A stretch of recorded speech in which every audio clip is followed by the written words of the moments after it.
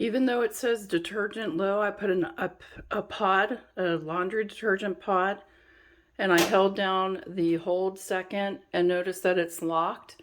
And then it will do a sensing and it will click down to 3, 2, 1 and sometimes show off.